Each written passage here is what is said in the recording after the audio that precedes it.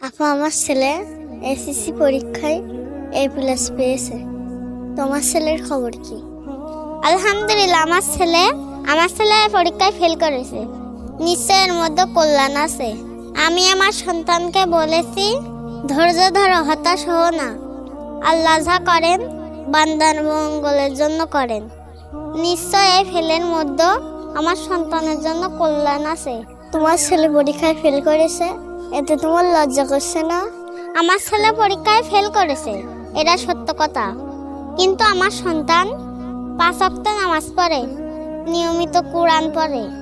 আর তোমার ছেলে তো নামাজ পড়ে না, কোরআন পড়তেও পারে না।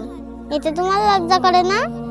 আমার ছেলে নামাজ না পড়লেও ইমান ঠিক আছে, আর কোরআন পড়া ওটা পরে শিখে নেবে। আপা, নামাজ না পড়লে ইমান থাকে না।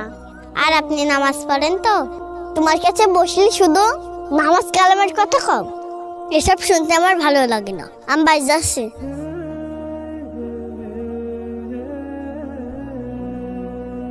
আল্লাহ আমার ওই বোনকে এবং ওর সন্তানকে আপনি হিদায়াত দান করুন।